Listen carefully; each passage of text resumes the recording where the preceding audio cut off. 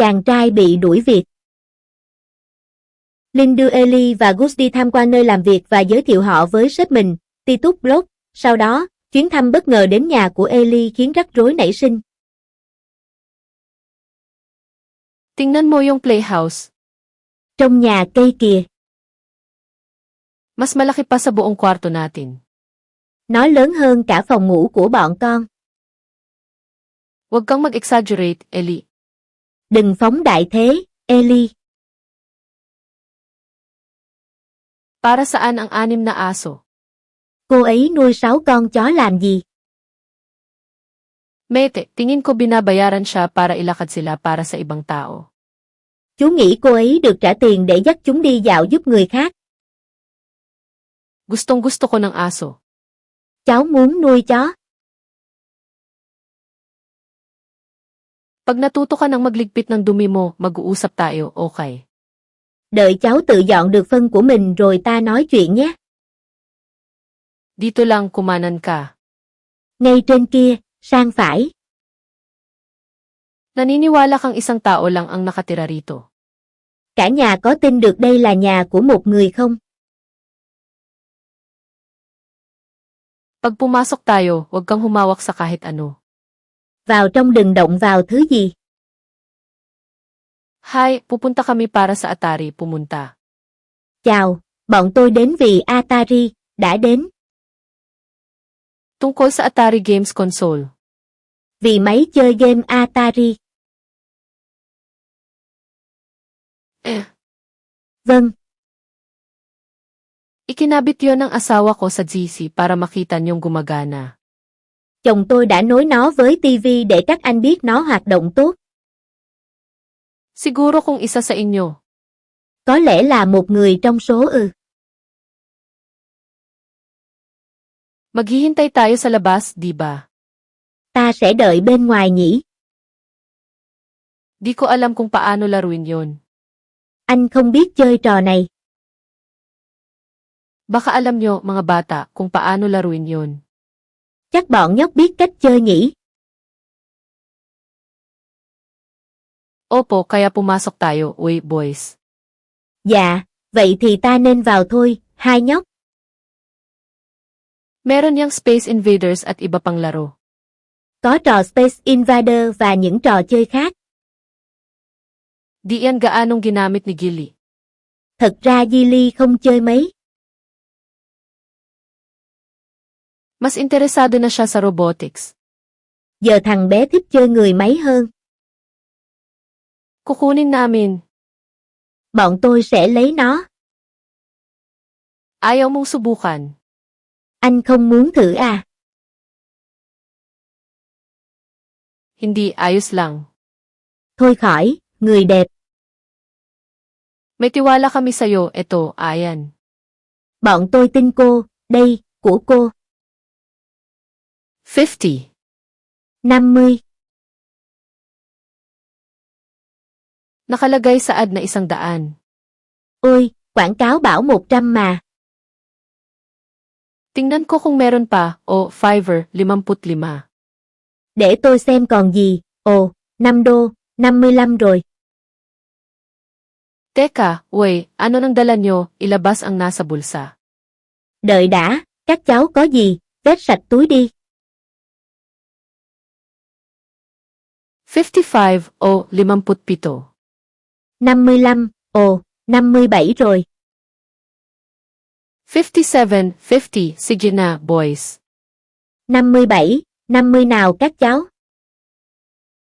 Ano nang meron kayo, ilabas ang nasa bulsa. Có gì nào, vét sạch túi đi. Sige na. Anh cứ lấy đi. Mabuti, mahal. Cô thật tốt. Tama na, okay, hindi laruan yan. Cô cứ để đó, chẳng phải đồ chơi mà. Paano ka nakakatira sa ganitong lugar? Làm sao để sống ở nơi thế này? Nagnanakaw ka sa bangko. Cướp ngân hàng, anh bạn. Wag mong sabihin yan, ano. Đừng nói thế, sao nào? Sa likod ng bawat kayamanan, may krimen. Đằng sau mọi tài sản kết xù là một tội ác. Ano, di mo narinig yon? Sao, chưa nghe câu đó à? Mga bata, alam niyong titira ang mama niyo sa ganitong lugar. Mấy đứa biết mẹ mình sẽ sống trong một căn nhà như thế này. Kung di siya tumakas noong teenager. Nếu hồi trẻ không bỏ nhà đi chứ. Halika na, Doyle. Thôi nào, em yêu. Nakakuha tayo ng magandang deal. Ta đã có một món hời mà. $57. 57 đô. Doble yung halaga noon. Nó đáng giá gấp đôi chỗ đó. Ayos ka lang, ma. Mẹ ổn chứ à? Magiging maayos to, Frankie, promise. Mọi chuyện sẽ tốt hơn, Frankie, anh hứa. Magiging maganda to na makakalimutan mong naging masama. Tốt đến nỗi em sẽ quên nó đã từng tồi tệ. Ingatan ang daliri. Cẩn thận ngón tay. Uy. Này. Patay na kokatoo ba yan o gamit na diaper? Đó là con vẹt màu đỏ chết hay tả dùng rồi vậy? Epic, paano nakaakyat yan? Nể thật, sao nó lên được đấy nhỉ? Di ko alam, mate. Chú chịu. Tingnan mo ang lugar na to, pesting Dara. Và nhìn nơi này đi, Dara chết tiệt. Alam nyo ang tawag nila rito, mga bata. Mấy đứa biết họ gọi cái này là gì chứ? Pagkasira ng lipunan. Xã hội tan vỡ. Araw lang ng paglabas ng basura. Ngày thu gom rác thôi mà, Yan din. Cái đó nữa. Oy, Lyle, buddy. Xin chào, Linh, anh bạn. Kilala niyo si Teddy. Biết chú Teddy rồi đấy. Bata pa sila para magtrabaho, di ba? Hơi bé để đi làm nhỉ? Show and tell para sa school nila. Cho đến xem vì bài tập trên trường. Ano nang ipapakita mo sa kanila, isang kamay? Anh định cho chúng xem cái gì, bàn tay à? Tingnan mo to. Cô giáo, xem này. Lintik. Cái quái gì vậy? May isa ako sa bahay para nguyain ng mga aso ko. Tôi có một cái ở nhà cho chó gặm. Lagyan mo ng tomato sauce yon. Cháu nên cho ít sốt cà chua lên. Machinis ka rin ba rito? Chú cũng là thợ máy ở đây à? Hindi, nagda-drive ako ng truck. Không, lái xe tải hợp với chú hơn. Tama. Phải rồi. Kumusta si Frankie? Ayos lang siya. Frankie sao rồi? Cô ấy ổn. Dadalhin mo siya sa party sa susunod na buwan. Anh sẽ đưa cô ấy đến bữa tiệc vào tháng tới chứ? Libre ang pagkain. Miễn phí ăn uống. Pwede mong isama ang mga bata. Đưa cả lũ trẻ đến nếu muốn. Uy, may gusto akong sabihin sa'yo. Này, nói chuyện tí đi. Makinig ka, ngayon. Nghe này, anh bạn, giờ. Ano nang pinag-uusapan nila? Họ nói gì vậy nhỉ? Magda-drive pa rin ako roon. Tôi vẫn sẽ lái đến đó à? Ang dali, madali lang, okay, magkita tayo. Đơn giản mà, được rồi, hẹn gặp lại. Okay, tara na. Được rồi, đi nào. Ang bagal nyo, Diyos ko. Mấy đứa chậm quá, trời à. Yes. Tuyệt. Uy, tingnan nyo. Này, tham quan đi. Ang ganda, di ba? Khá hấp dẫn nhỉ, đúng chứ? Ang ganda. Tuyệt vời à. Uy, Per, good morning, Lyle. Chào Linh. Tingnan mo ang station ko. Lại xem chỗ chú đi. Halika, Gus. Nào, Gus. Ano ng problema, mate? Sao vậy anh bạn? Nakakainip ba? Chú có thấy chán không? Hindi, mate. Không đâu, anh bạn. May iba't ibang bagay na gagawin araw-araw. Mỗi ngày đều làm những việc khác nhau. May binti, braso, paa, tuhod. Có bắp chân, cánh tay, bàn chân, đầu gối. Ang ganda nito. Tuyệt lắm đấy. Uy, mga bata. Này mấy đứa. Ako ang ama nyo. Ta là cha ngươi. Pero hindi ang tunay. Nhưng không phải cha đẻ. Uy, wag kang maglaro. Này, đừng giỡn nữa. Good morning, boss. Chào sếp. Lyle. Linh. Sinong nandito? Đây là ai nhỉ? Siya si Ellie at siya si Gus. Đây là Ellie và đây là Gus. Mga anak ng asawa ko. Con của vợ tôi. Boys, siya si Em, bros. Mấy đứa, đây là bác Brock.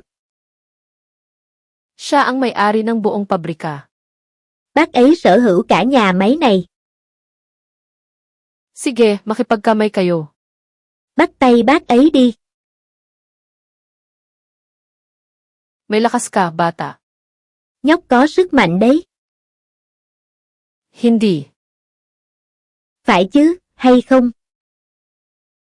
Di siya nagsasalita. Thằng bé không nói chuyện.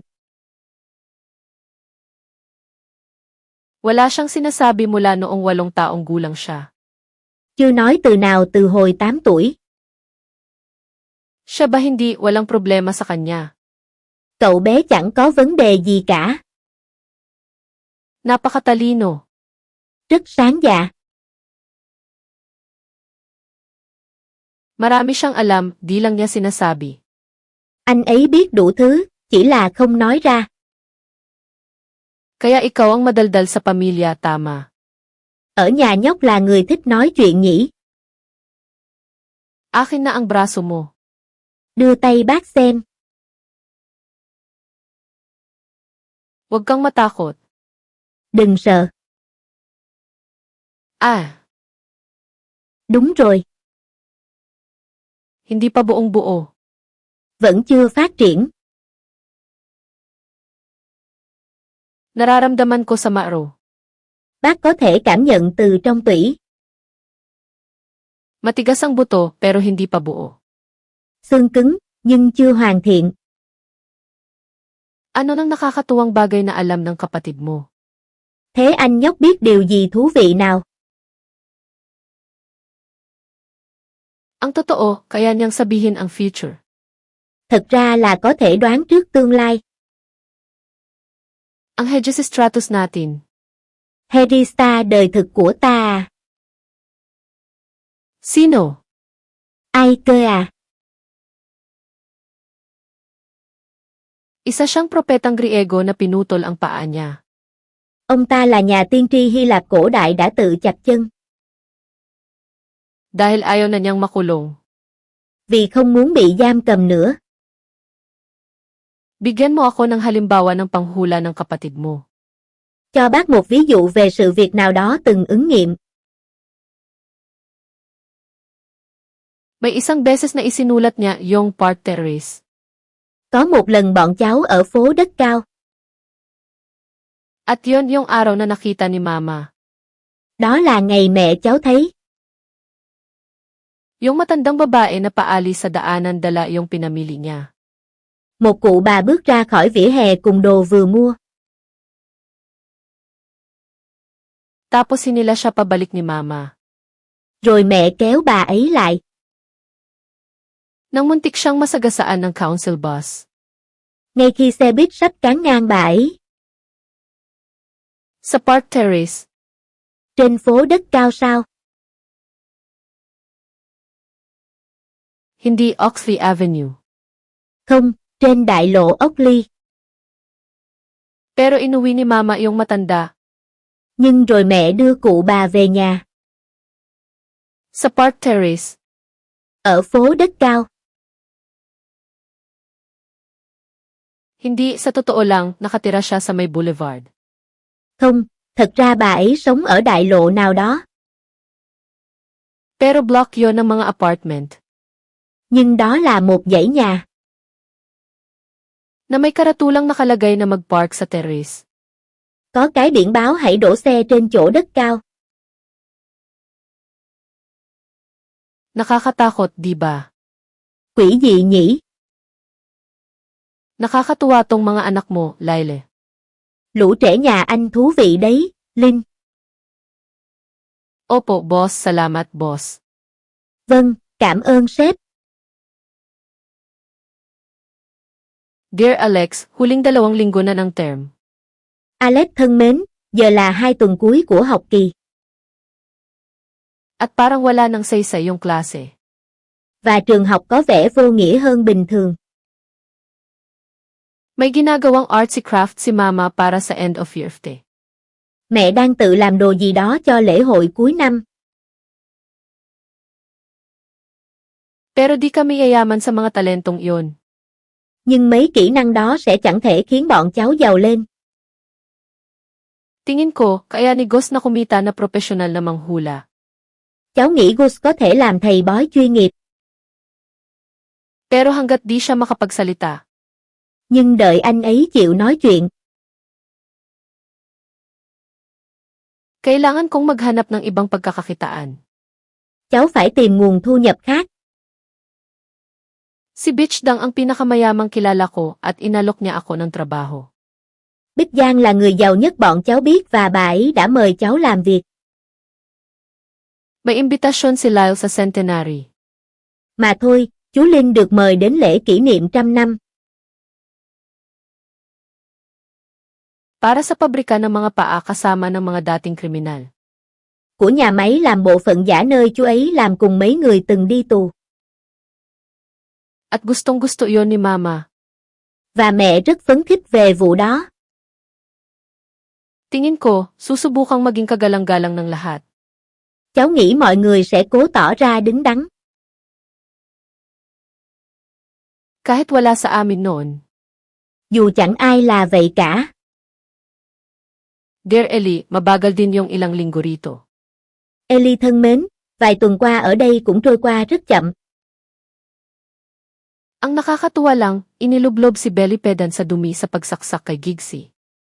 Thú vui duy nhất là Billy Pedan bị nhúng đầu vào xô phân vì đâm Giggsy. Surprise, gago.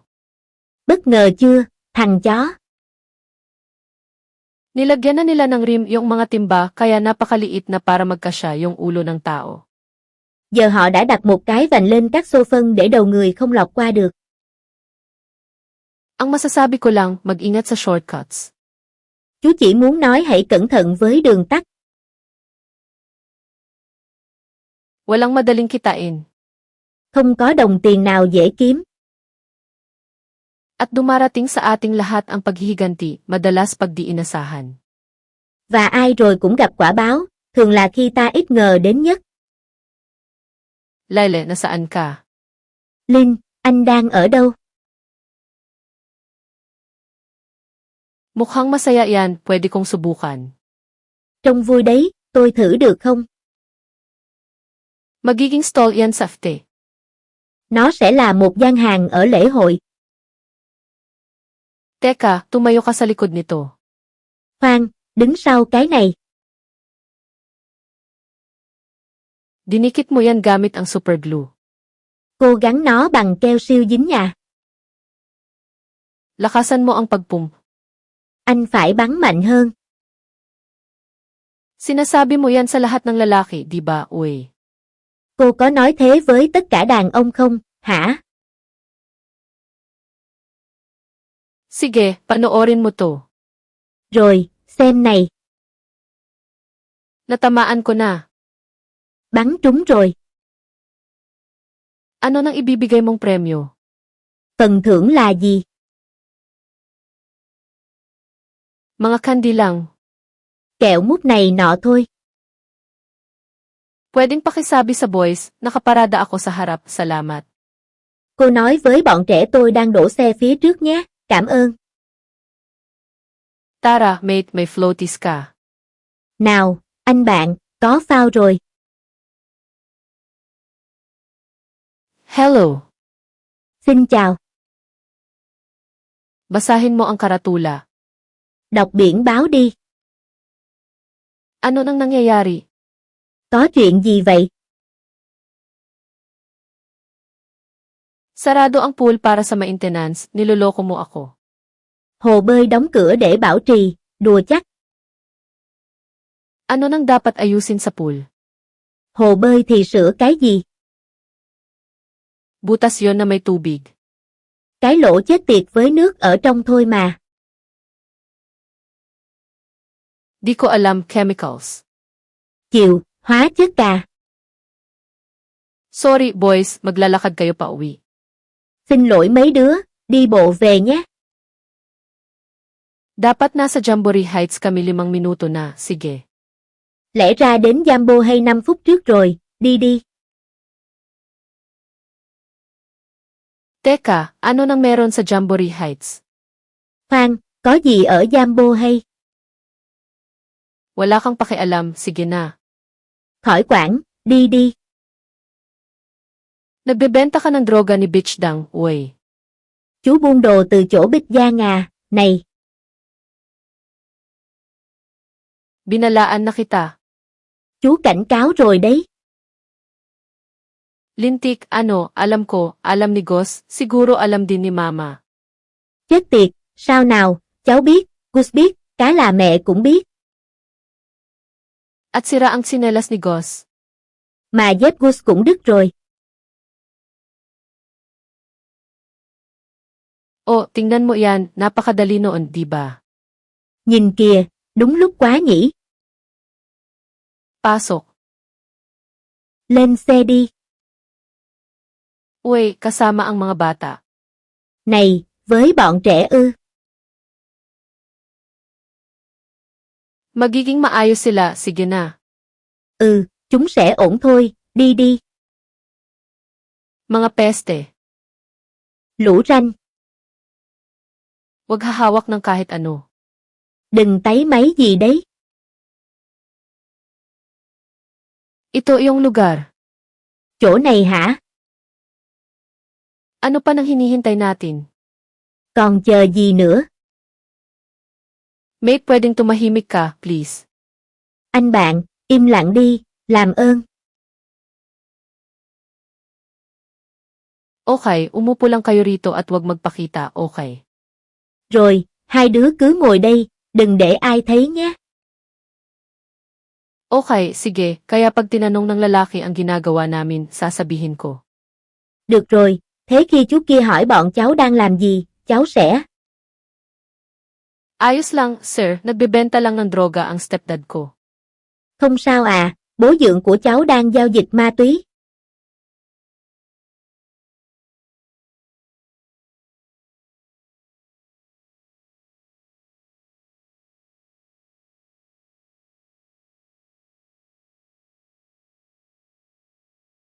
Iniinis mo na ako.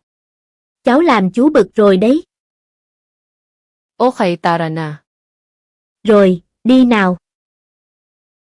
Lintik. Gì vậy trời?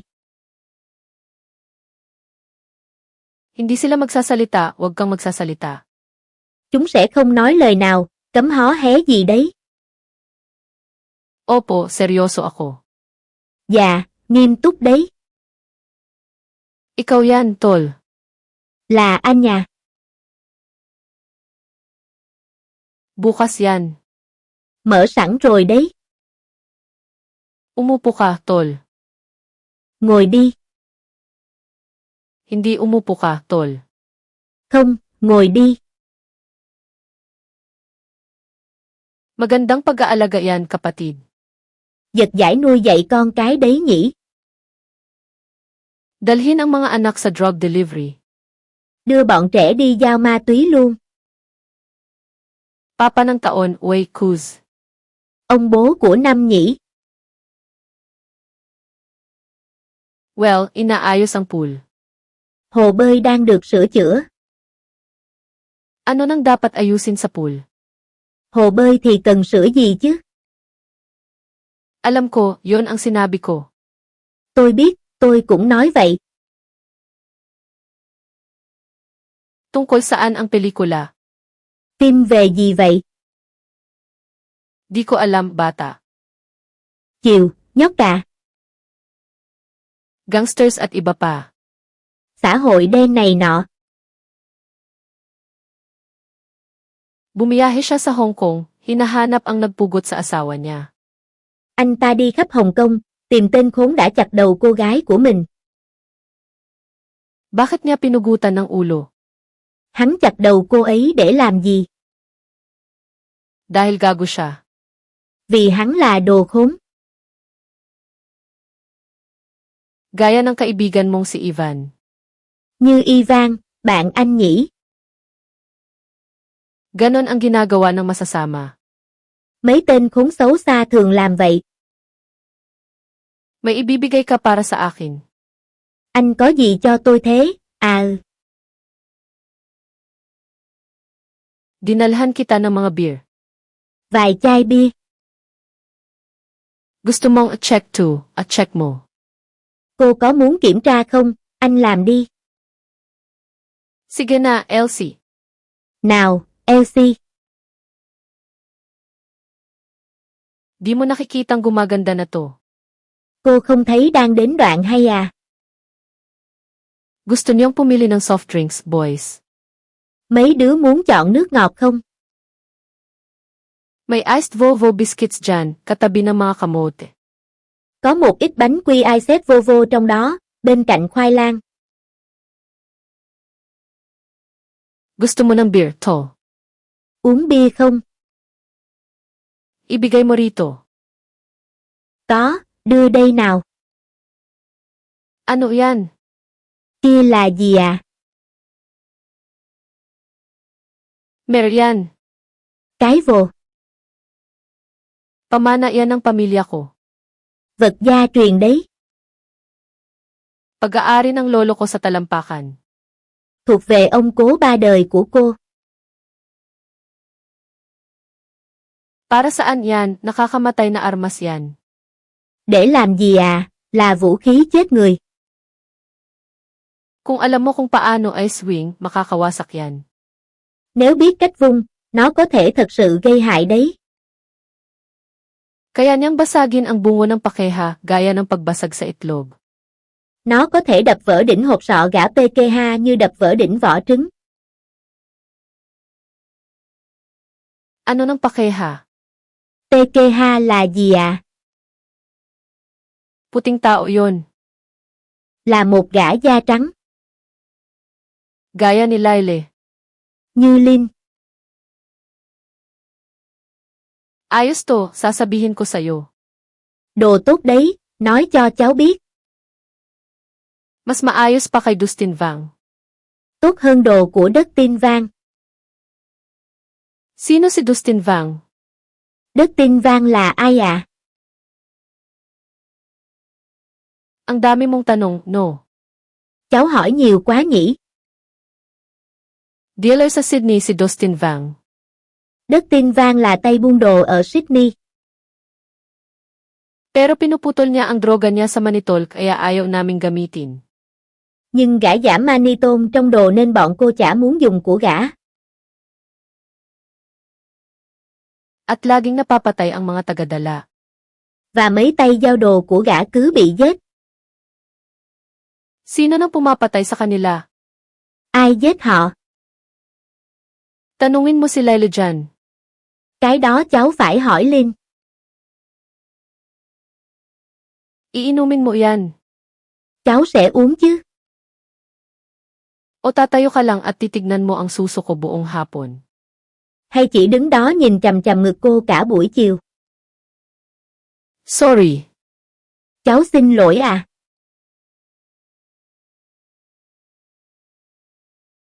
Captain Details, ano nang pinag-uusapan niyo ni Elsie sa kusina? Đội trưởng chi tiết, cháu và Elsie nói gì trong bếp vậy? May malaking Maori club siya. Có cái chù y bự của người Maori. Na nakasabit sa pader na pag-aari ng lolo niya sa talampakan. Treo trên tường, thuộc về ông cố ba đời của cô ấy. Na parang Viv Richards ng Warriors. Tựa những chiến binh như Vi Richard. Mas maganda raw ang droga natin kaysa kay Dustin Vang. Cô ấy nói đồ của ta tốt hơn đất tin vang. Kasi pinuputol niya iyon gamit ang manitol. Vì gã giảm manitol trong đồ. Tama. Phải. Ano ang manitol? Manitol là gì? Okay, tama na, mate. Thôi, bỏ đi, anh bạn. Magdadrive ako ng truck sa susunod na weekend. Dapat may umupo sa shotgun. Này, tôi sẽ lái xe tải vào cuối tuần tới nên cần ai đó ngồi ghế phụ. Okay, sorry. Được rồi, rồi. Ayan. Của anh đây. Tapos na sa ngayon. Giờ thì xong rồi. Ayos, salamat. Không tin nổi, cảm ơn. Magkita tayo. Hẹn gặp lại. Kaya kong umupo sa shotgun. Cháu sẽ ngồi ghế phụ. Ayos, buddy. Hay đấy. Ang isa pang sinabi ni Elsie. Elsie còn nói. May pumapatay sa mga tagahatid ni Dustin Vang. Có người cứ dắt mấy tay giao đồ của đất tin vang. Ginagawa iyon ni Ivan Kroll. Do Ivan Kron làm mà. Walang ganon ang tao, okay.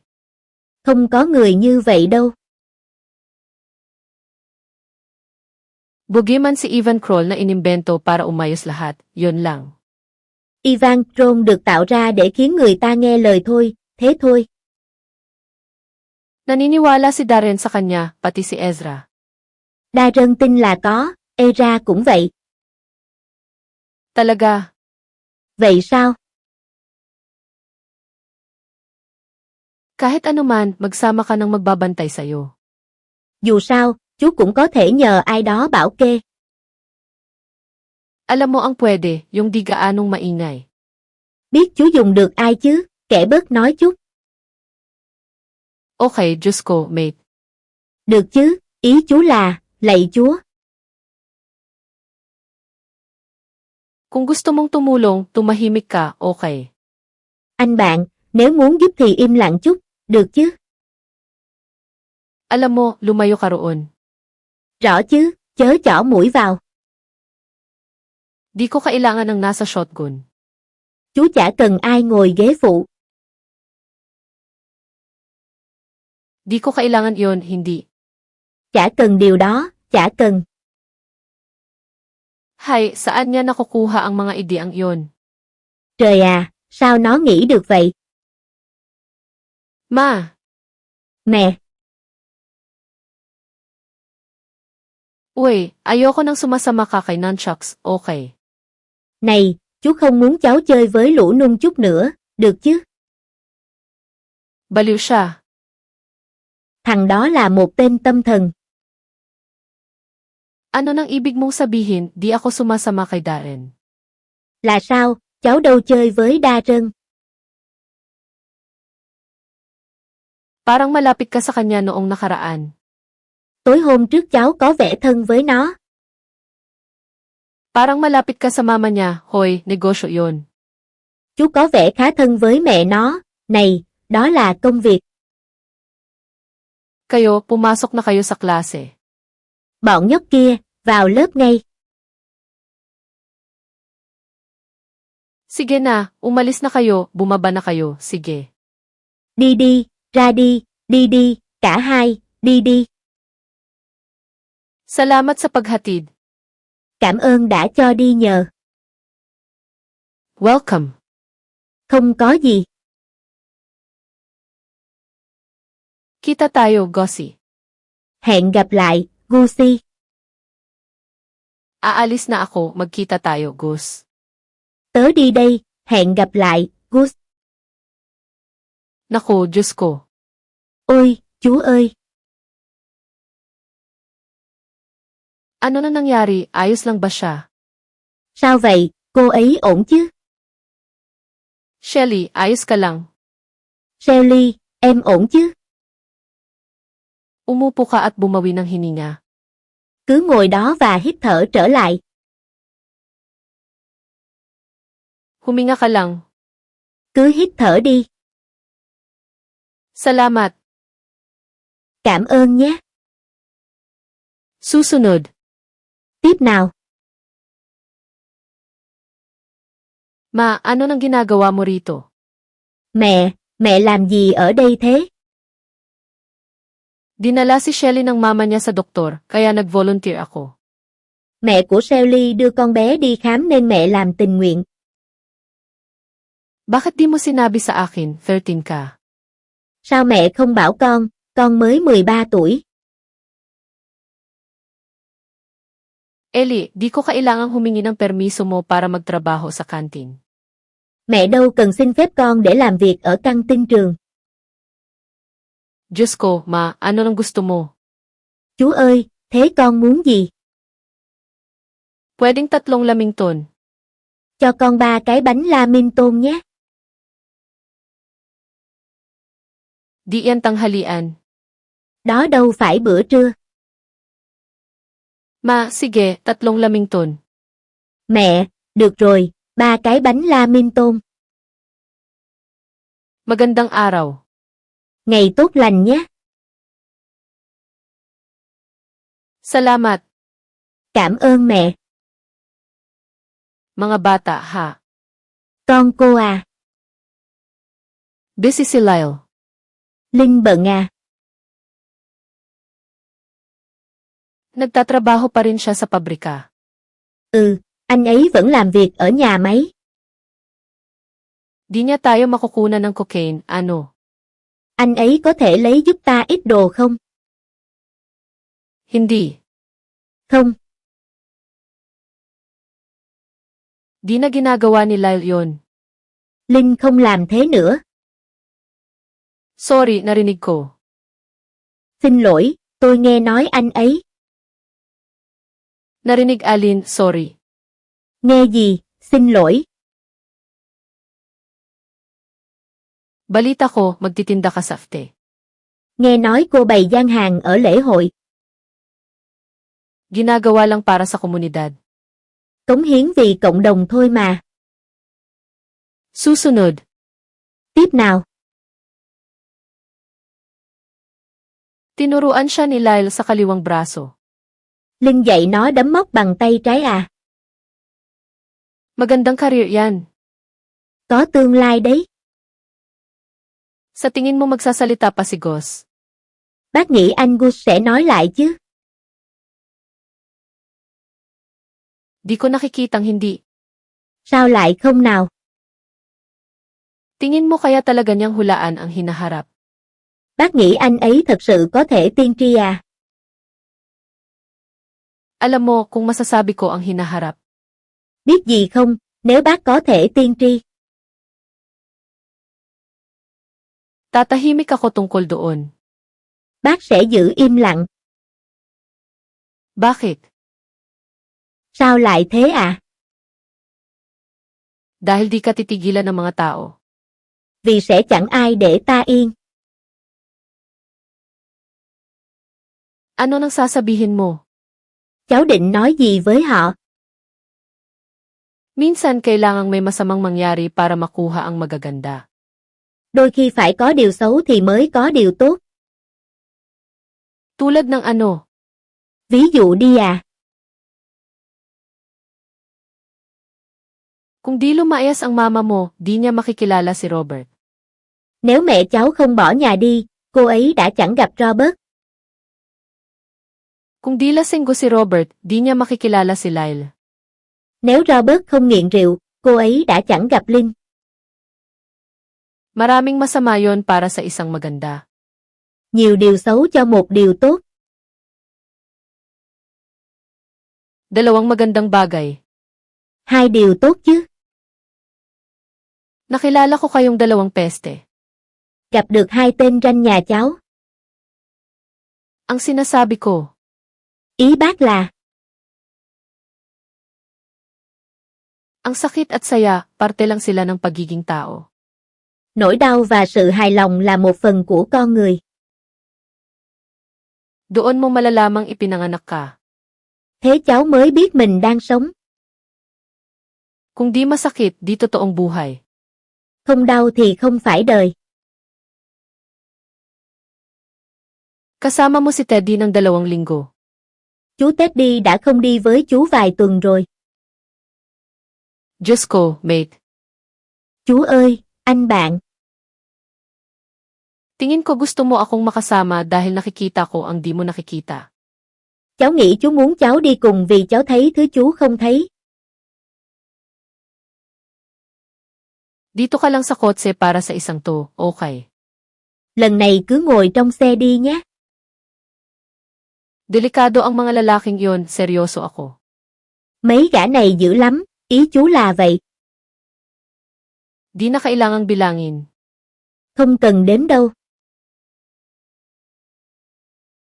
Nandyan lahat. Đủ cả rồi đấy.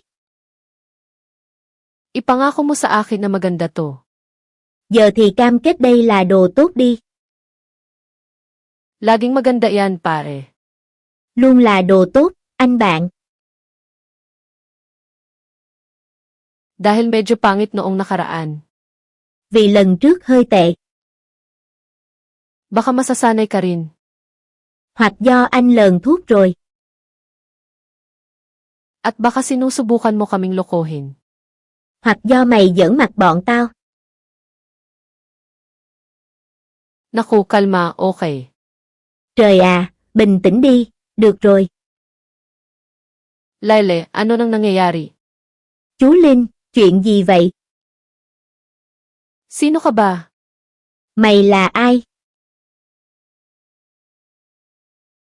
Sabi ko, sa kotse ka lang, mate. Tưởng đã bảo cháu ở trong xe. Ano ang tinititigan mo? Wala siyang tinititigan. Mày nhìn gì? Nó đâu có nhìn gì. Sa totoo lang, iniisip ko lang. Nói thật thì cháu chỉ tự hỏi. Kung napanot ka bago ka naging kalbo. Liệu chú bị hói trước khi trọc đầu? O nangyari yon pagkatapos? Hay là sau đó? Bakit mo dinala ang anak mo? Mày mang con đi làm cái quái gì vậy? Umalis ka na. Biến đi. Isa. Một. Oy, ladies. Chokititi. Điên rồ. Kita tayo, ladies. Tạm biệt, các cô. Nandito si Slim. Linh đến thì phải. Tingnan mo, si Shelly yon. Ồ, nhìn kìa, là Shelly. Shelly, kumusta ka? Shelly, chị sao rồi?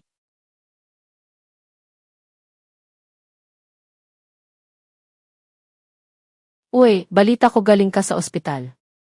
Chào em, nghe nói chị đi viện. Para saan ang mga to? Cái này để làm gì à? May mali pala sa binti ko. Cơ chân chị gặp vấn đề. Lintik, ano ang treatment? Khỉ thật, cách điều trị là gì? Di ko alam, may mga test muna sila. Chịu, phải làm vài xét nghiệm trước. Bilisan mo, magsisimula na ang footy. Mau lên, trận bóng sắp bắt đầu. Gusto mong manood ng footy? Chị vào xem bóng chứ? Hindi, uwi na lang ako, pasasayahin si mama, kita tayo. Thôi, chị nên về làm mẹ vui lên thôi, hẹn gặp lại. Magkita tayo, kita tayo. Chào chị, chào nhé. Ellie, pwede mong ilagay ang giblet sa basurahan. Ellie, con vứt nội tạng giùm mẹ nhé. Ellie, nagsisimula na. Ellie, bắt đầu rồi. Sabihin mo kay Lyle na mamimiss niya, okay. Bảo Linh coi chừng lỡ phần đầu, dạ. Huwag kang mandaya, hindi. Đừng gian lận, đâu có. Okay, ano yan, dumilat ka. Được rồi, gì vậy, mở mắt ra đi. Sige na. Mở ra đi. Hindi. Không phải chứ. Sigurado kang afford natin to. Anh chắc ta mua nổi chứ. Sulit bawat sentimo, honey. Đáng giá mà, em yêu. Salamat. Cảm ơn anh. Mahal kita. Em yêu anh. Magsisimula na ang laban. Trận đấu bắt đầu rồi. Hello at welcome sa mga nanonood sa Australia. Chào mừng quý vị khán giả trên khắp nước Úc. Para sa 1,985 preliminary final. Đến vòng loại vào chung kết năm 1985. Sa pagitan ng Canberra Bulldogs at Parramatta Eels. Giữa đội Canberra Bulldogs và Parramatta Eels. Pwede ba akong magtanong, nagawa mo na? Cháu hỏi một câu nhé, vừa xong rồi đấy. Kung may ginagawa ka na baka mahuli ka. Giả sử ta làm gì đó mà có thể bị bắt. At pag nahuli ka, malalagot ka. Và nếu bị bắt thì toi đời. Pero ang mga taong ninanakawan mo ay mga masasama. Nhưng những kẻ bị ta cướp dù sao cũng chỉ là kẻ xấu. Gagawin mo iyon. Bác sẽ làm chứ. Tungkol ba ito sa iyo o sa kaibigan, para sa kaibigan? Cháu hỏi cho mình hay bạn, hỏi cho bạn à? Sasabihin ko sa kaibigan mo na laging may kailangang magbayad. Bác sẽ nói với bạn cháu rằng ta luôn phải trả giá. Pwedeng matakasan mo ngayon pero sa katagalan. Ta có thể thoát được một lúc nhưng về lâu dài. Babalik yon para kagatin ka. Nó sẽ quay lại cắn ta. Kung di ikaw ang taong mahal mo. Không phải ta thì người ta yêu. Kung paano gumagana ang mundo. Thế giới này là vậy. Tingnan mo kung gaano kasaya ang mama mo. Trông mẹ cháu vui chưa kìa. Bakit gusto mong isugal yon? Sao cháu lại muốn ai đó mạo hiểm đánh mất điều đó? Okay, mga bata. Được rồi, mấy đứa. Eto na, ayos. Đây, chiến lợi phẩm. Ayan, pere. Của anh đây. Salamat, pere. Cảm ơn nhé. Sa lupa at sa katunayan sa bansa. Mặt đất, và thực sự, trên khắp đất nước. Para umabot sa national. Để dấy lên. Umisod ka, mate. Dịch qua kia nào. Pwede mong sabihin kay Lyle ang sinabi mo. Bác bảo chú Linh điều vừa bảo cháu đi. Uy, wag ngayon, pere. Không phải bây giờ, anh bạn, thôi nào. Anthem na, pinakamagandang bansa sa mundo. Quốc ca sắp bắt đầu, đất nước tuyệt vời nhất. Australians. Người dân Úc. Australians all let us rejoice. Người dân Úc hãy cùng vui mừng nào. For we are young and free. Vì ta còn trẻ và tự do. Kami ano yun? Ta gì nhỉ? We've golden soil and wealth for toil. Ta có đất vàng và sự giàu có để làm việc chăm chỉ. Our home is girt till I see. Nhà của ta bao quanh bởi biển. Ilang chicken wings, kailangan ng double niyan. Mấy cánh gà, cần gấp đôi. Scallops ba yan, bakit hindi pa sila luto? Của mấy con điệp sao chưa nấu nữa. Dalhin mo ang mga bulaklak sa bar. Bông đem để đó kìa. Nasaan ang mga mantel? Trải khăn bàn, lẹ lên, lẹ lên. Bilis, para kang sloth. Lẹ lên, chậm như rùa vậy. Bilis, parating na ang mga bisita. Khách tới bây giờ, lẹ lên. Tara, boys, bilisan nyo, ayokong malate. Mau lên mấy đứa, chú không muốn muộn đâu. Ano nang itsura ko? Trông em thế nào? Parang Diyosa. Như nữ thần. Ikot doon. Xoay một vòng đi. Wow! Ôi chao! Kukunin ko ang mga bata. Để em gọi bọn trẻ. Okay. Được thôi. Initin. Anh. Iinitin ko ang Datsun. Anh sẽ khởi động Datsun. Gusto mo ng tulong? Cần mẹ giúp không? Halika. Nào.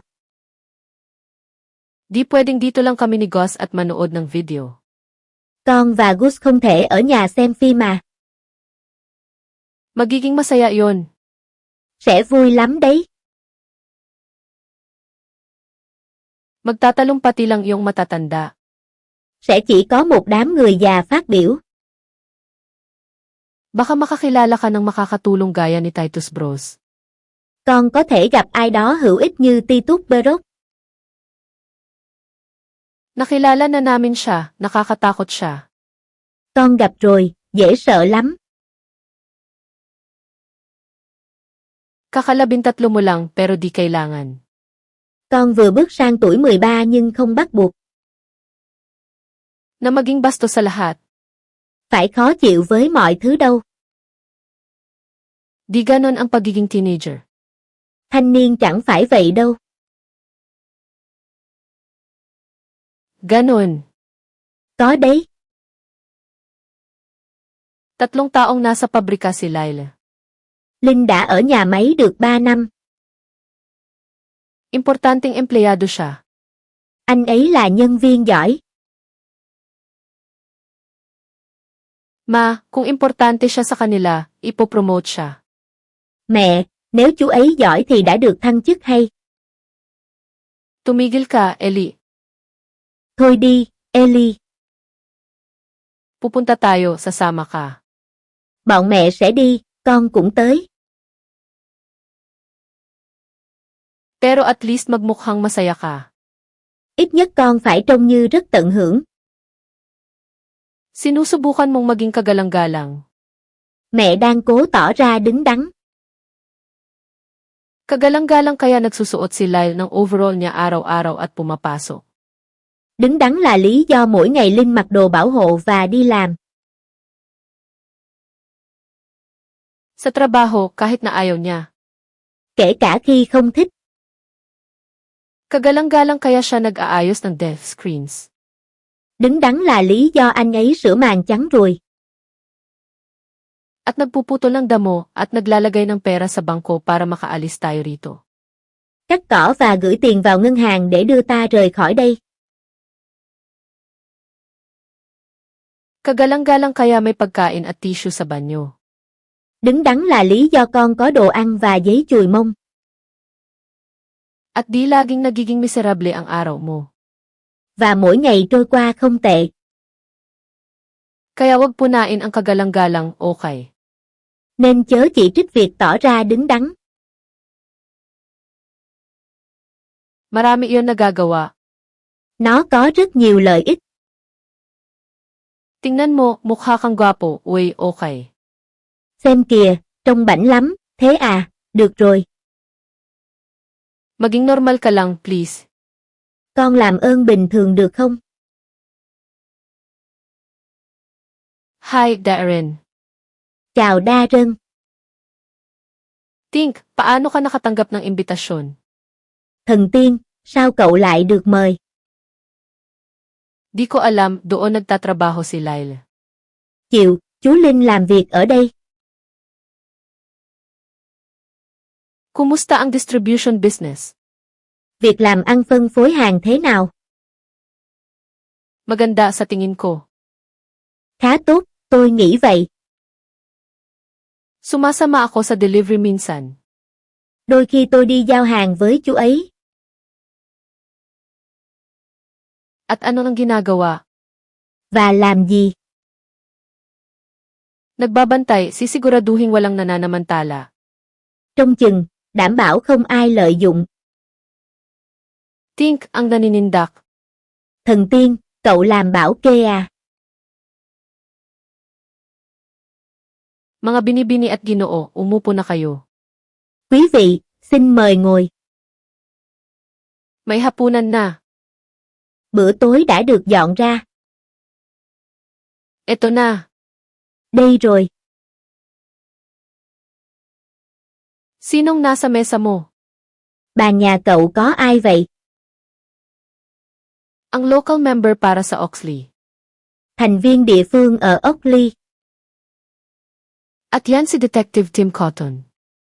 Và kia là thanh tra Tim Cô Tông. Dahil tumutulong si Titus sa mga bilanggo sa rehab, tama.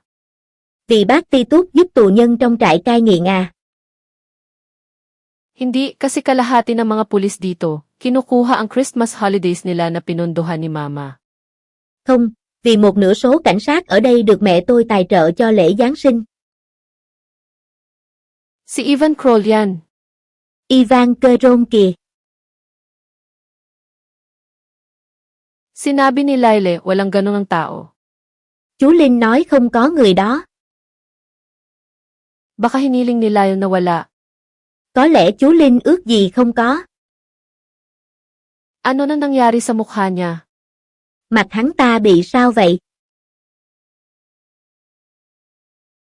Ang kwento, sinundan siya ng kapatid ng isa sa mga biktima niya. Chuyện là anh trai của một trong số nạn nhân của hắn. Na may dalang shotgun. Truy sát hắn bằng súng ngắn. Ginawa ng Atlas Prosthetics ang mukha niya. Bộ phận giả Atlas đã làm cho hắn khuôn mặt đó. Ano na nangyari sa lalaking bumaril sa kanya sa mukha? Vậy chuyện gì đã xảy ra với người bắn vào mặt hắn ta? Natagalan siyang mahanap ang lalaki.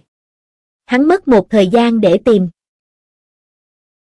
Pero natuntun niya siya sa logging camp sa malayong lugar sa Tasmania. Nhưng rồi tìm ra kẻ đó ở trại khai thác gỗ ở vùng hẻo lánh của Tasmania. Ellie, ang gwapo mo, buddy. Ellie, trông bảnh đấy, anh bạn. Uy, saang mesa ang mga magulang mo? Này, người nhà cháu đang ở bàn nào? Masaya ka ba, Gussie? Thấy ổn chứ, Gussie? Si Teddy, kilala mo siya? Là Teddy, cậu biết chú ấy không? Parang gusto niya ang mama ko. Tôi nghĩ chú ấy thích mẹ tôi. Gusto ng lahat ang mama mo, Tink, iiskoran ko siya. Ai mà chả thích mẹ cậu, tôi cũng muốn ấy với dì ấy. Mga binibini at Ginoo. Quý vị. Ibigay ang mainit na pagtanggap sa host ngayong gabi, Jim, Titus Bros.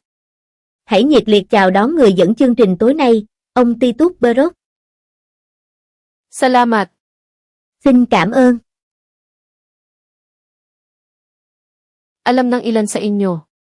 Như một số người đã biết, Ang tatlong pinakaimportanteng babae sa buhay ko. 3 người phụ nữ quan trọng nhất trong đời tôi Ay ang nanay ko, là mẹ tôi, ang anak ko, con gái tôi at ang pinakamamahal kong asawa. và vợ yêu của tôi. Nakalulungkot na patay na lahat. Đáng buồn thay, cả 3 đều đã qua đời. Ang anak kong si Hannah ang pinakamaliwanag na ilaw sa buhay ko. Con gái tôi, Hannah, là tia sáng rực rỡ nhất trong đời tôi. Sa kabila ng mga pagsubok na hinarap niya mula sa kanyang bihirang kondisyon. Dù con bé phải đối mặt với mọi khó khăn do tình trạng tàn tật hiếm gặp, Mula sa sandaling hinawakan ko siya. từ giây phút tôi ôm con bé trong lòng, Alam ko na ang purpose ko sa mundong to. tôi đã biết lý do mình tồn tại, Para gumalaw, để giúp người ta vận động, magbigay ng kalayaan, để giúp người ta độc lập, para bigyan ng dignidad ang anak ko. để mang lại phẩm giá cho con gái tôi, At lahat ng tulad niya sa mundo. và những người như con bé trên thế giới này. Pero malayo pa ang lalakbayin natin, mga kaibigan. Nhưng ta còn cả chặng đường dài phía trước. Umaasa at naniniwala ako Tôi hy vọng và tin tưởng na ang gumaganang mga braso at binti rằng những cánh tay và đôi chân hoạt động tốt ay mapapalitan gaya ng mga parte ng otomobile. sẽ có thể thay thế được như các bộ phận ô tô.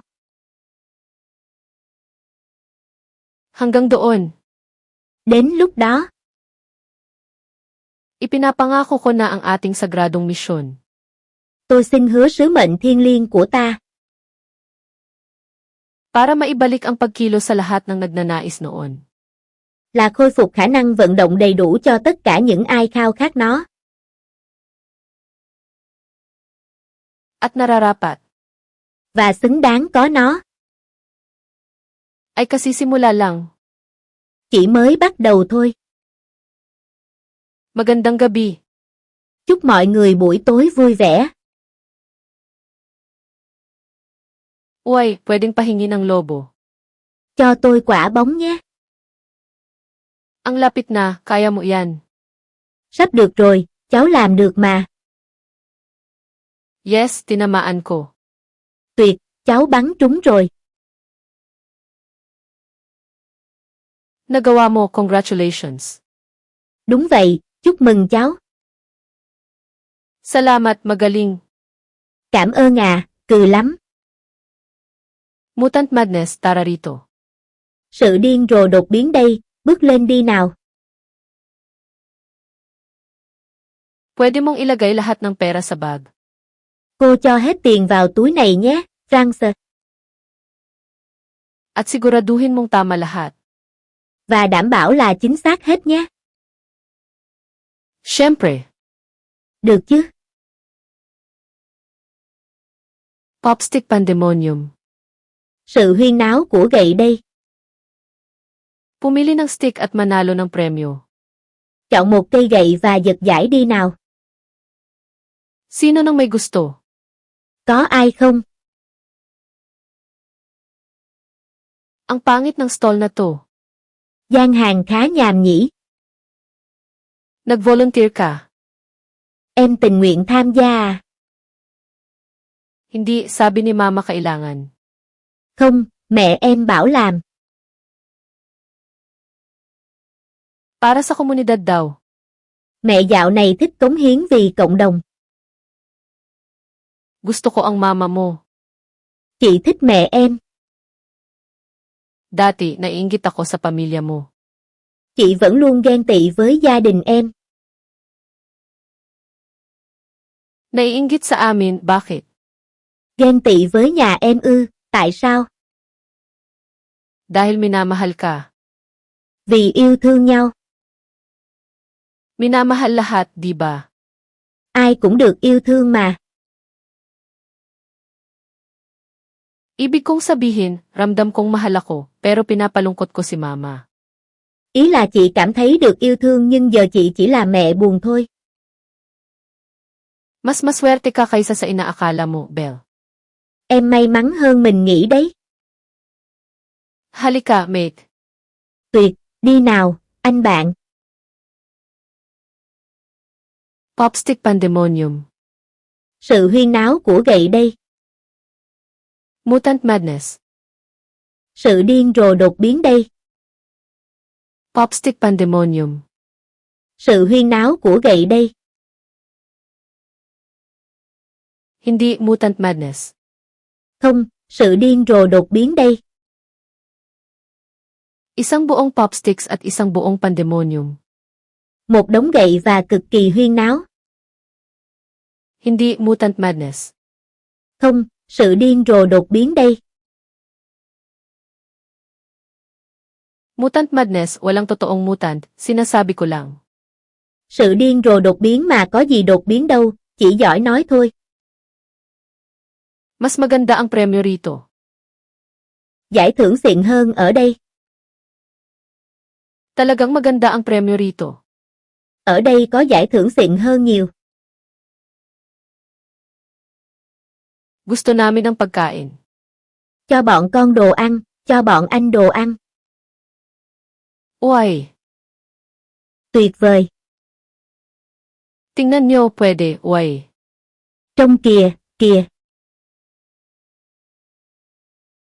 Para saan yon, wala. Sao lại làm thế, đâu có gì. Nag-enjoy talaga ako ngayon. Hôm nay em rất vui. Ang sarap sa pakiramdam. Cảm giác rất bổ ích. Alam mo yon, magkakasama lahat bilang pamilya. Hiểu ý mẹ chứ, cả nhà ta ở bên nhau. Alam ko ang sinasabi mo, mahal. Em hiểu rất rõ ý em yêu. Maghintay lang kayo. Cả nhà cứ đợi đi. Malapit nang maging mas masaya to, pangako.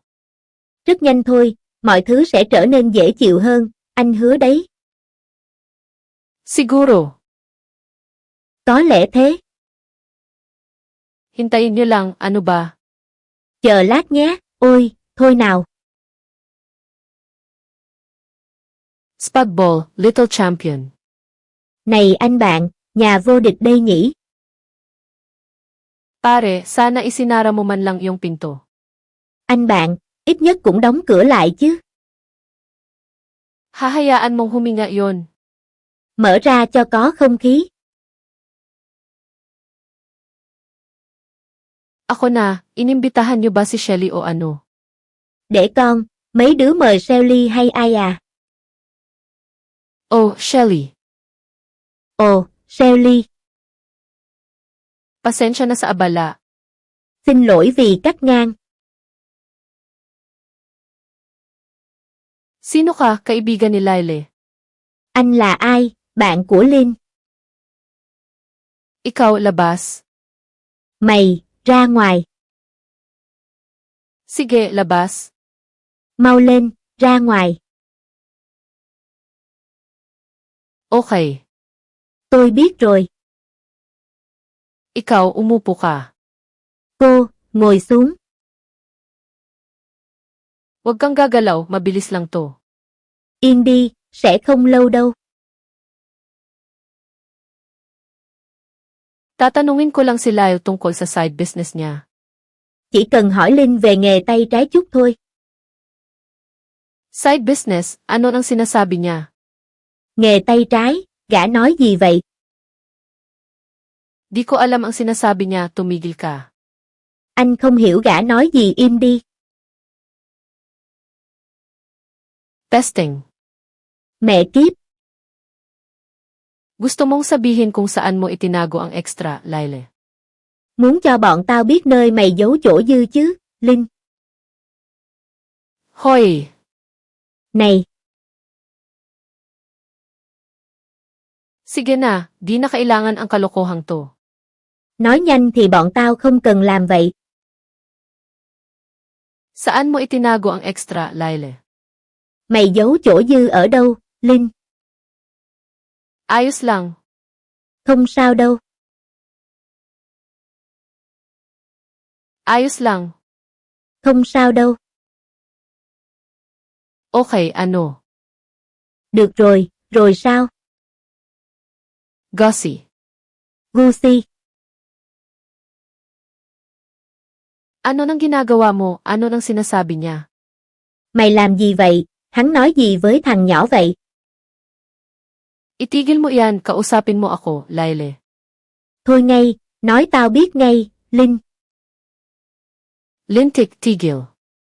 Mẹ kiếp, dừng lại đi. Ellie. Ellie, Sorry, Frankie. anh xin lỗi, Frankie. Hindi, Lyle. Đừng mà, Linh. Lintik, ilabas mo siya rito. Chết tiệt, đưa hắn ra khỏi đây. Lyle, hindi. Linh, đừng mà. Sorry, baby, sinusubukan kong ayusin to para sa lahat. Anh xin lỗi, em yêu, anh chỉ cố để ta sống tốt hơn. Lyle. Linh, Wala silang alam. họ không biết gì hết. Ma, Mẹ, umupo ka, ma. ngồi xuống, mẹ. Tumahimik ka, bata. Câm mồm đi, nhóc. Hinga. Hít thở đi, Hinga. hít thở đi. Ngayon, wala na akong oras. Giờ tao không có nhiều thời gian. At ito ang huling sansa mo. Và đây là cơ hội cuối. Para itigil ang masamang bagay na mangyari. Để bọn mày ngăn chuyện không vui xảy ra. Ano nang sinabi ni Lyle? Linh đã nói gì với mày? Di siya nagsasalita. Anh ấy không nói chuyện. Nagsasalita lahat kalaunan. Ai rồi cũng phải nói thôi. Ano nang sinabi niya, Pipi? Hắn nói gì hả, thằng câm? Saan itinago ni Lyle ang extra? Linh giấu chỗ dư ở đâu? Isulat mo sa ere para sa akin. Viết lên không trung cho tao. Ano nang sinabi ni Lyle? Viết những gì Linh nói. Para di ko putulin ang daliri ng kapatid mo. Thì tao sẽ không cắt ngón tay của em mày. Hindi, wala siyang alam. Không, anh ấy không biết gì hết. May mabait na bata, sabihin mo sa kanya. Thật là đứa trẻ ngoan, đánh vần đi. Sabihin mo sa kanya, sabihin mo na, Gus. Nói đi, vung ra đi, Gus. Hindi niya. Anh ấy không. Sabi niya. Chú ấy nói. Kahit ano nang mangyari. Dù có chuyện gì. Mahal na mahal ko kayo. Chú vẫn rất yêu mấy đứa. At ano pa? Rồi, còn gì nữa? Ang iba ay parang, sabihin mo sa walang kwentang tao na tumigil siya. Phần còn lại là, bảo mấy thằng chó kia biến đi. At iba pa. Và tương tự vậy. Nakakatawa yon. Vui tính nhỉ? Tagapagsali ng subtitle, Lee Torre. Biên dịch, Tua Nguyễn.